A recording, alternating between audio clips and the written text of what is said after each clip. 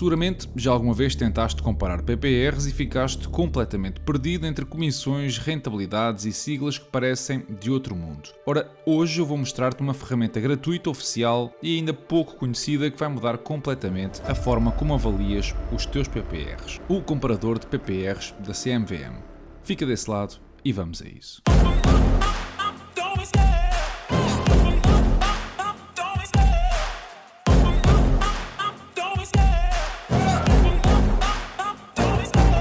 Love the chase and the hunt, and I set the pace when I'm running. I always take what I want and I always give it 100. Don't need a bank, no I'm funded. Play the game like it's nothing. I'm always thankful for something. Don't take for granted, stay humble. Now wake up, it's time to look at the enemy. Look in the mirror if he is no friend to me. It's not working out, maybe it's the chemistry. It's time to break up so I can make a better me.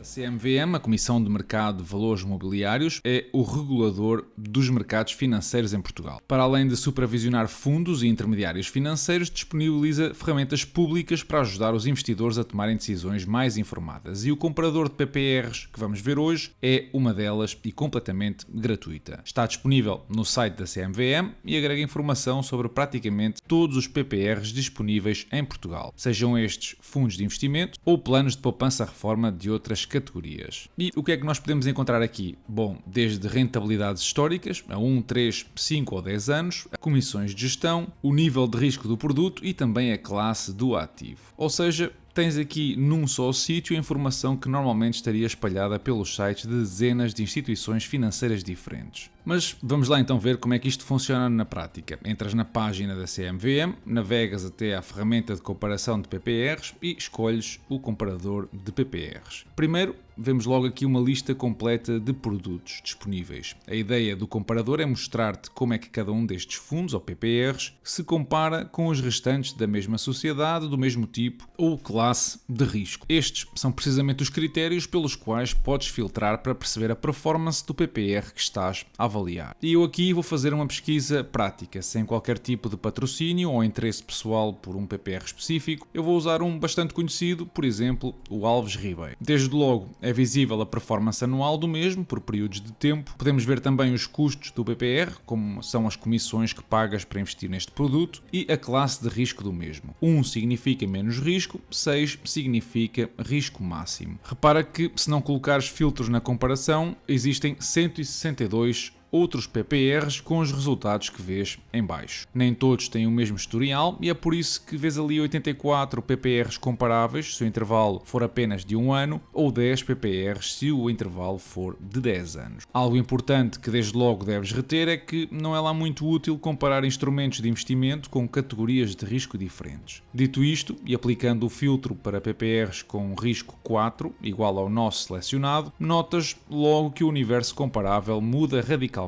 No prazo de 1 ano, a comparação agora vai ser feita contra 31 outros fundos e no intervalo de uma década, a comparação é feita contra apenas 4. Esta parte é muito importante porque te vai ajudar a perceber a próxima secção onde nos é apresentado o intervalo de performance dos fundos. Por exemplo, esses tais 31 fundos, com o mesmo risco, no prazo de 1 ano, apresentaram performances que vão dos 0 aos 10%, sendo que a mediana dos mesmos é muito próximo de 5%. Neste caso em concreto, o PPR, o Alves Ribeiro, apesar de muito próximo desta mediana, fica ligeiramente abaixo da mesma. No entanto, se mudarmos o intervalo de comparação para uma década, ao comparar com os tais apenas 4 outros fundos, este PPR em concreto apresenta a melhor performance do grupo. Aliás, não só é a melhor, como é quase o dobro da mediana. Olhando ainda para os encargos, a interpretação do gráfico é idêntica à que fizemos e não depende do intervalo temporal que escolheres, mostra-te apenas como é que o PPR que escolheste se enquadra no intervalo de PPRs com o mesmo risco. E aqui podemos dizer que o Alves Ribeiro até nem é o mais caro. Se eu fizer o mesmo exercício para um PPR, por exemplo, da Optimize, com classe de risco 5, temos um universo comparável de 16 fundos, onde nenhum atinge os 10 anos de maturidade. Ainda assim, comparando com 6 fundos disponíveis nos últimos 3 anos, a performance deste em específico fica na parte superior do intervalo, mas não é o melhor do grupo, sendo que o custo também anda ali mais ou menos a meio da tabela. E para ser justo, esta ferramenta tem algumas limitações. Os dados são históricos, o passado já sabemos não garante o futuro e além disso nem sempre é fácil perceber as diferenças nas condições de subscrição mínima, na exposição que cada produto tem a diferentes classes de ativos ou dos benefícios que cada um representa. Para isso ainda é necessário consultar as fichas de produto individuais. Mas como ponto de partida para comparar e filtrar o universo de PPRs disponíveis, é uma ferramenta muito interessante, até porque te ajuda a comparar o PPR que provavelmente já tens contra os restantes que oferecem condições de risco muito semelhantes. Porque no final de contas, isto vai ajudar a evitar um dos erros mais comuns de quem começa por escolher PPR. Escolher apenas pelo nome, pelo banco ou pela publicidade que vê na televisão.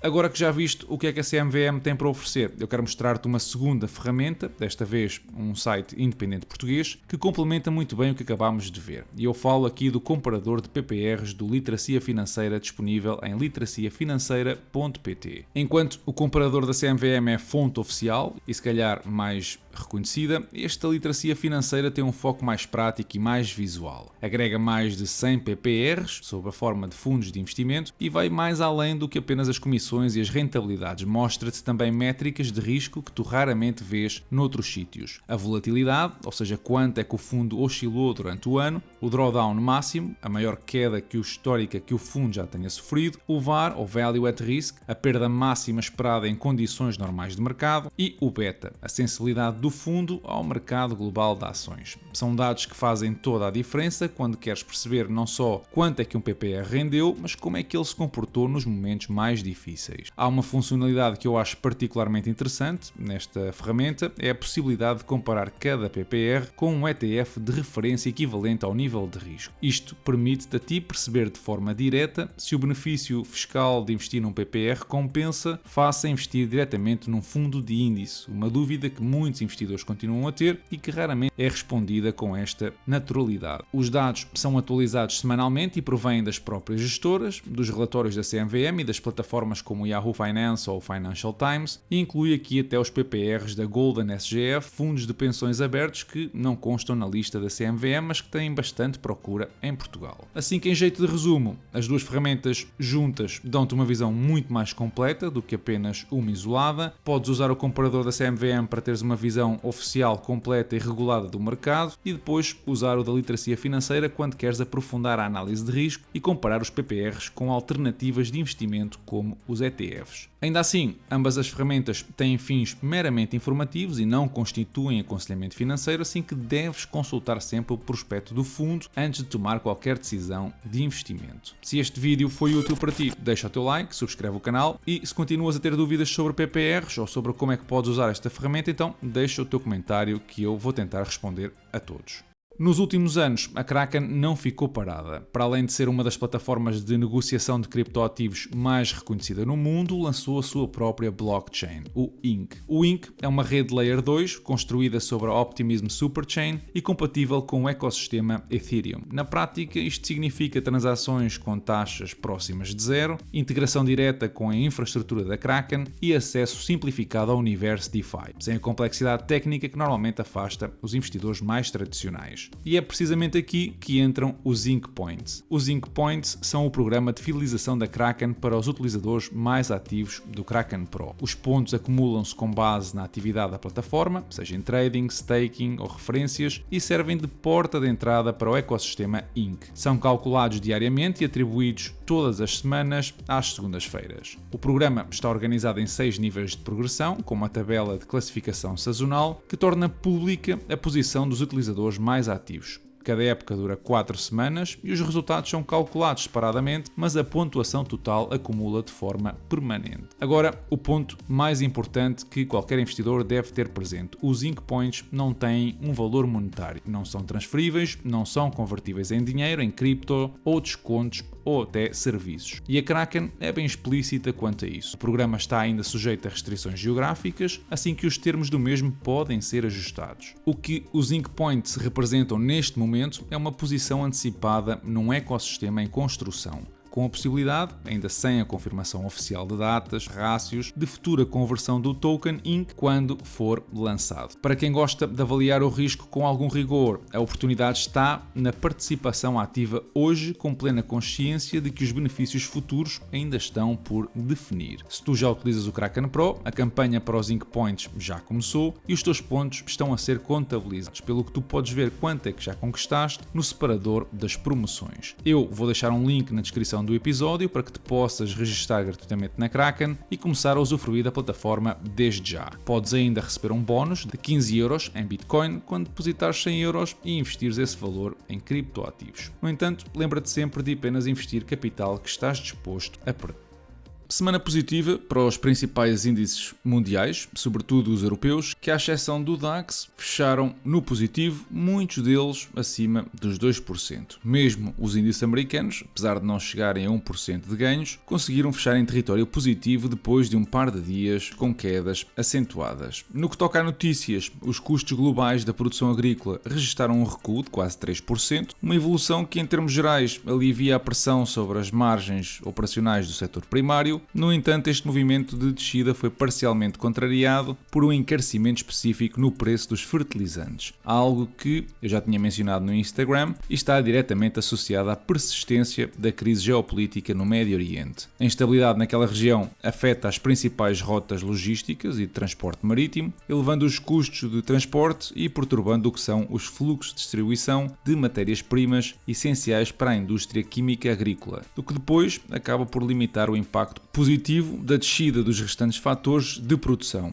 Embora esta redução média de 3% forneça aqui um indicador macroeconómico muito favorável para o futuro, a subida dos fertilizantes introduz uma variável de incerteza para as próximas colheitas, uma vez que o fertilizante representa por si só uma fatia substancial daquilo que são os custos fixos dos agricultores. O mercado está assim num equilíbrio algo instável, onde os ganhos decorrentes da estabilização de outras componentes, como as sementes ou a energia em determinados mercados, correm o risco de serem anulados caso as restrições logísticas no Médio Oriente se prolonguem e agravem o preço dos nutrientes para o solo à escala global. Por cá, o Conselho da União Europeia registrou progressos significativos no desenvolvimento da identidade digital europeia, ou se quisermos da carteira digital, manifestando a intenção política de alcançar um acordo sobre o quadro regulatório até final deste ano. Este projeto visa instituir uma carteira digital homogénea em todo o espaço comunitário, permitindo depois aos cidadãos armazenar e partilhar documentos oficiais como a carta de condução, diplomas académicos ou dados bancários com garantias acrescidas de segurança e controle sobre a privacidade. O objetivo técnico é depois facilitar o acesso a serviços públicos e privados transfronteiriços, acelerando a integração do mercado único digital. Assim que o debate em torno desta medida divide-se logicamente entre as vantagens da eficiência e as preocupações com a centralização de dados. Quem defende a carteira digital europeia diz que a plataforma vai ser desenhada com o princípio da descentralização, garantindo que o utilizador decide detalhadamente que informações é que vai partilhar em cada transação, eliminando a dependência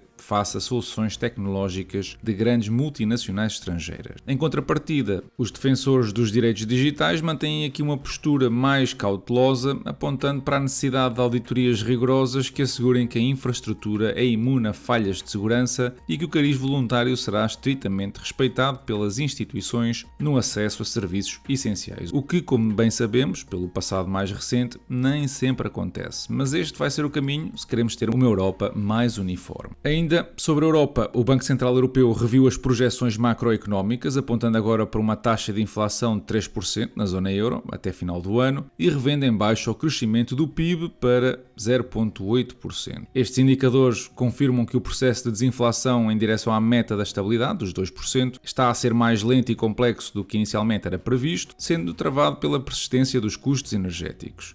Paralelamente, o crescimento económico ser apenas de 0,8% acaba por refletir a perda de atração na atividade industrial e do consumo interno num contexto de condições de financiamento algo restritivas. Esta revisão em alta da inflação e em baixa do PIB coloca o Banco Central perante o desafio clássico da gestão da política monetária, onde, num ambiente de abrandamento económico com pressões de preços persistentes, manter as taxas de juros a níveis elevados ajuda a conter a inflação, mas penaliza diretamente diretamente o investimento empresarial e o crédito às famílias, deprimindo ainda mais o crescimento do PIB. Por outro lado, acelerar o alívio monetário para estimular a economia poderia consolidar a inflação nos 3%, afastando-a definitivamente da meta institucional. Este cenário de estagflação é uma posição ingrata, sem dúvida alguma, para quem tem de decidir sobre o preço do dinheiro, mas mais ingrata se vai tornar para quem não consegue alocar as poupanças em ativos que superem estes níveis de inflação. No que toca ao portfólio, continua ali na zona dos $119.000, com cerca de 45.000 em lucros não realizados, e este ano ainda com uma performance abaixo do S&P 500, sendo que em dividendos rendeu $69 no que levamos de junho. Dito isto, hoje ficamos por aqui. Não quero mais pedir que ajudes o canal deixando um like, partilhando o conteúdo e seguindo-me nas diferentes redes sociais que encontras na descrição deste vídeo, como também podes passar pelo Patreon e juntar-te à nossa comunidade de investimento. Tens mais de uma centena de análises exclusivas, podes decidir o tema de episódios, receber livros e partilhar ideias. Um espaço que eu diria muito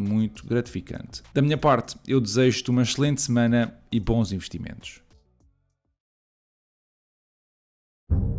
You mentioned earlier the dot-com bubble. Are we doing dot-com bubble 2.0 right now? Oh, this is much bigger. The AI build-out relative to the TMT build-out of 99, 2000 is multiples, even as a percent of the economy, GDP. And an important thing to point out is that when you get these CapEx booms in technology, they're tremendously accretive to earnings. And there's a simple accounting reason why. That is, when Tom buys chips for his data center from NVIDIA, NVIDIA recognizes that as revenue and profit. Tom capitalizes those expenses and writes them off over 5 to 10 years. And so you have a mismatch where the same dollar in a CapEx boom is recognized as profits by one entity and deferred by the same people expending the dollar. And that happened in 90, 98, 99, 2000. From the middle of 98, S&P operating earnings rose 30% to the middle of 2000 over the 2 years. From the middle of 2000 to the middle of 2001, when order books got pulled, S&P earnings dropped 40%.